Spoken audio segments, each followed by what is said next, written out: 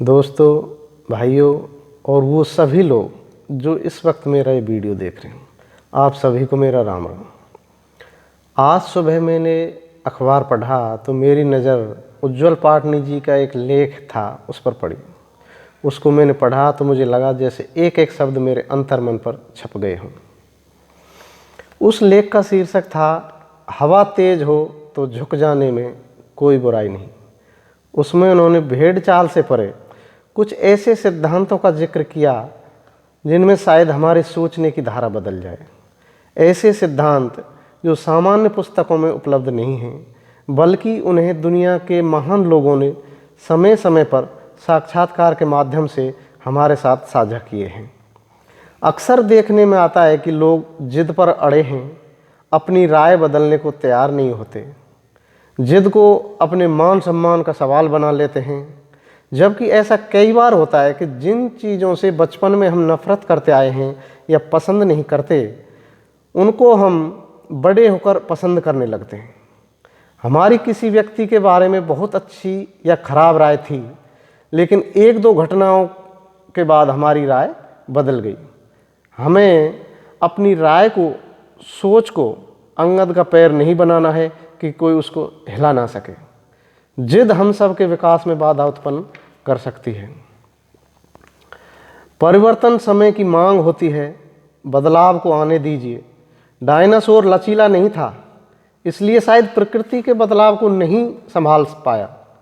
चींटी छोटे होते हुए भी हर बदलाव में खुद को बचा ले गई। जब हवा तेज हो तो झुक जाने में कोई बुराई नहीं। जब हवा नहीं होगी तो फिर से तनकर खड़े हो जाइएगा। जरा सोचिए, धन की होड़ ना होती तो कैसा जीवन जीते, क्योंकि आवश्यकता का धन हमारे पास है, बल्कि यूँ कहें कि थोड़ा अधिक है। यदि आपको भविष्य की चिंता ना करनी पड़े तो आप आनंद से भरा कैसा जीवन जिएंगे? आपकी दिनचर्या क्या होगी? आपका स्वभाव कैसा होगा?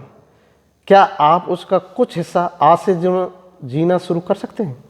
सच तो यह है कि बहुत से लोगों को वाकई धन की ज़रूरत नहीं है, वो पैसे की होड़ भी नहीं करना चाहते, लेकिन इसके बावजूद आप भी पारिवारिक और सामाजिक भेड़ चाल में वैसा ही जीवन जीते आ रहे हैं जैसा कि सालों से जीते आए हैं।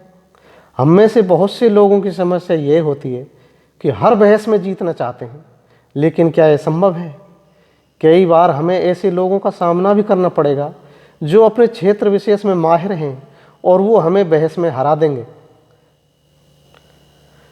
हार कर हम बेचैन हो जाएंगे, उस व्यक्ति के बारे में नेगेटिव सोच रखेंगे और इससे दूरी बनाने का प्रयास करेंगे। हम अपनी राय की रक्षा करने के लिए ही बहस करते हैं। यदि हम लोग इतना सोच समझ लें कि सामने वाले व्यक्ति के पास भी अपनी एक निजी राय है, आप दोनों अपनी राय के लिए स्वतंत्र हैं, तो फिर बहस की आवश्यकता ही नहीं रह जाएगी। याद रखना दोस्तों, हमारी हर पल जीतने की इच्छा को ख़त्म कर देना भी बहुत बड़ी जीत है। ज़रा सोचिए, आप आज भी स्टूडेंट हैं और लगातार सीख रहे हैं।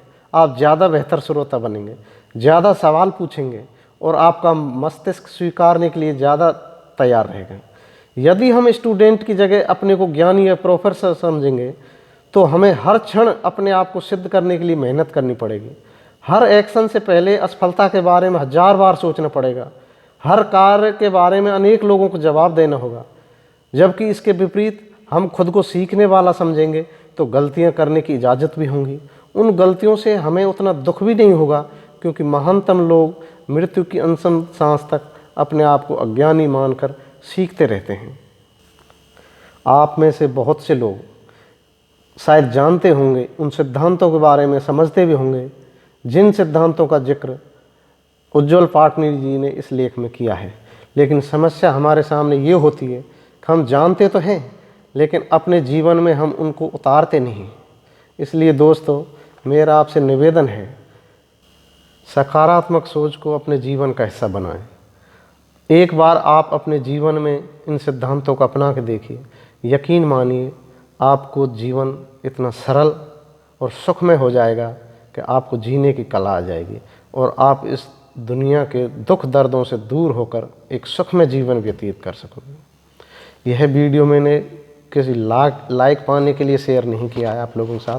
बस इस वीडियो को शेयर करने का उद्देश्य यही है कि आप में से कुछ लोग भी अगर इन सिद्धांतों को अपने जीवन में उतार सकें, अमल कर सकें, तो शायद आपका जीवन सरल हो जाए। धन्यवाद।